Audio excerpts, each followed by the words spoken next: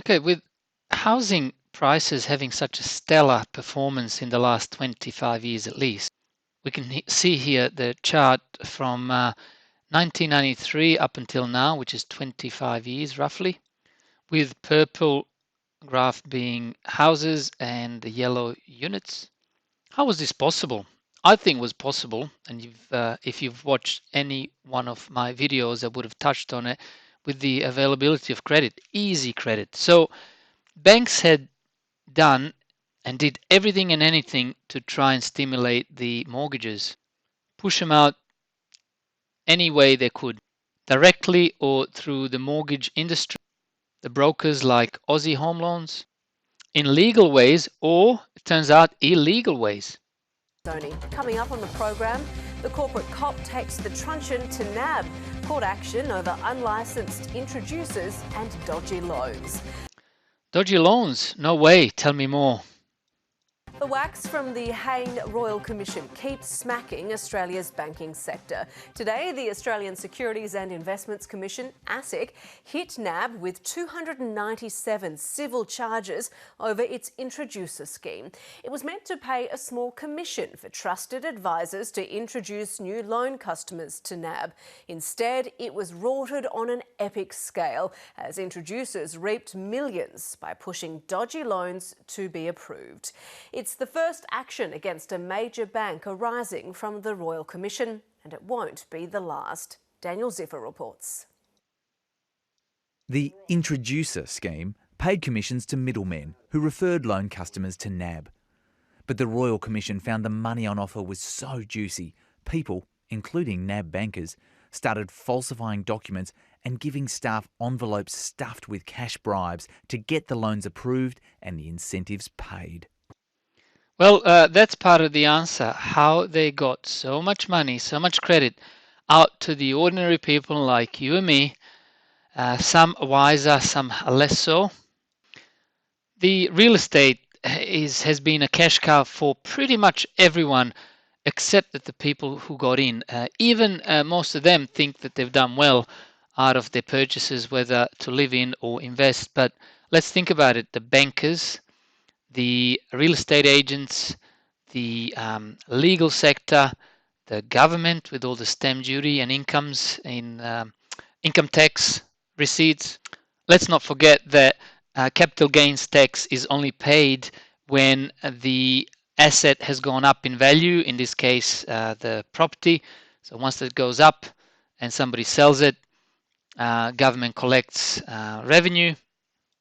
Nobody wins if the property goes down or if people stop borrowing. And that's exactly what's going on right now. There was fraudulent conduct engaged in by NAB bankers and by introducers. Do you agree with that? Yes, there is. Yeah. I love it. The Royal Commission, Banking Royal Commission, was all about some council saying, "Oh, you've done this, you've been bad girls and boys," and they would nod and say yes before the council even finishes the charges or her point. Just like one big farce.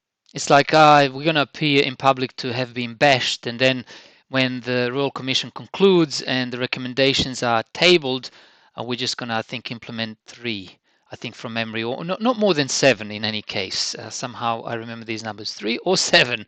I'm pretty sure I created a video about it. It's almost like it's been staged, like fake news.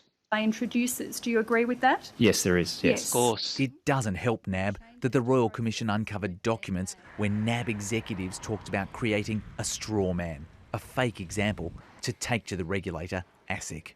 In just 3 years, the scheme helped write 46,000 loans worth $24 billion. The Australian Securities and Investments Commission alleges that NAB broke the law because the introducers were meant to just point the customers towards the bank. It says lack of due diligence. Who's lacking? Is it NAB, the introducer? What? It's NAB. In May, NAB banker Andrew Matthews was sentenced to 8 months jail for defrauding NAB of $640,000 through the introducer scheme. 2 other NAB bankers have been booted from the industry.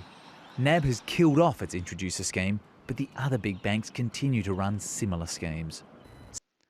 So all this money and fraud, and one banker is sentenced to 8 months jail. And 2 other NAB bankers have been booted from the industry. Wow, big deal. People get booted from companies in the corporate world daily for a lot less than a fraud. Just incredible. One banker that nobody had heard about has gone to jail, and 2 have been booted from the industry. I just can't get over it. And so we don't get angry, instead educate ourselves. I want to remind you and refer you to one of my previous videos where, well, the title says it, how government is hypnotizing you to buy into a falling property market. There's a reason why I'm bringing this up. We want to help make the dreams of first home buyers a reality. So we have decided to go further at this election and pledge to adopt a scheme similar to what's been running by our Kiwi cousins in New Zealand for many years now. Our new first home loan deposit scheme, I announced today, will enable first homeowners to buy their home with a deposit of down to 5%. This will make a big difference, cutting the time taken to save for a deposit by at least half and more. This will work by the government's National Housing Finance and Investment Corporation that I established as Treasurer, supporting these first home borrowers. They will include guaranteeing to approved applicants the additional loan amount taken out by the first home buyer to cover the difference between the lower deposit of, say, 5% and the 20% of the value of that property. This scheme would give preference to working with the smaller banks and the non-bank lenders to boost competition. Of course, the lenders will be still the ones lending the money.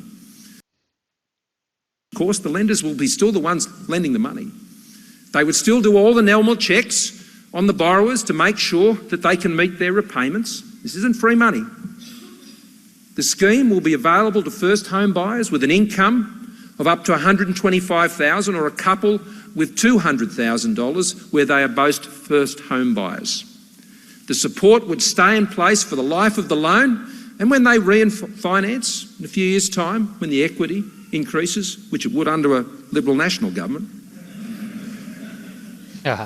then that's when the guarantee ceases. But they've got their first leg on the first rung of the ladder.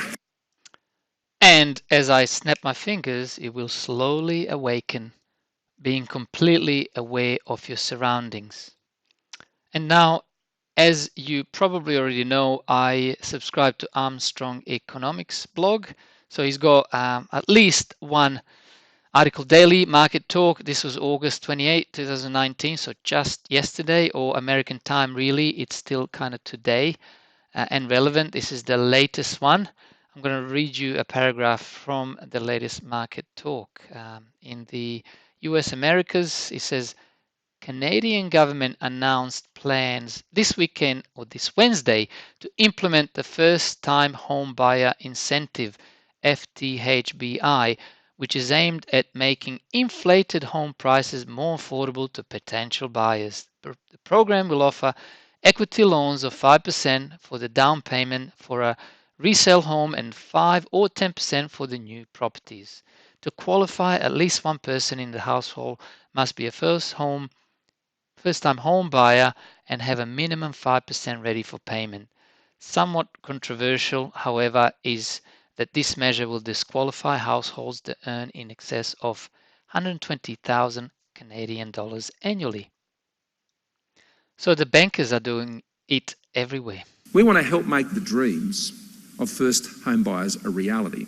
So we have decided to go further at this election and pledge to adopt a scheme similar to what's been running by our Kiwi cousins in New Zealand for many years now.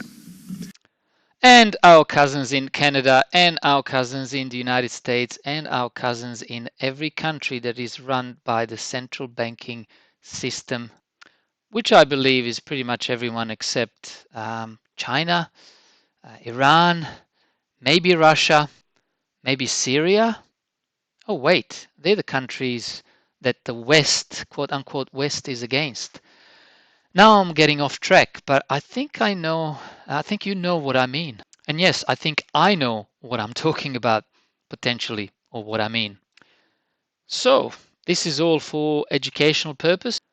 Let's never stop learning. Let's keep the eyes open. Let's think, as that happens to be one of the most underrated ways of not losing money. Stay tuned for more. This will do for now. Thank you for watching and take care.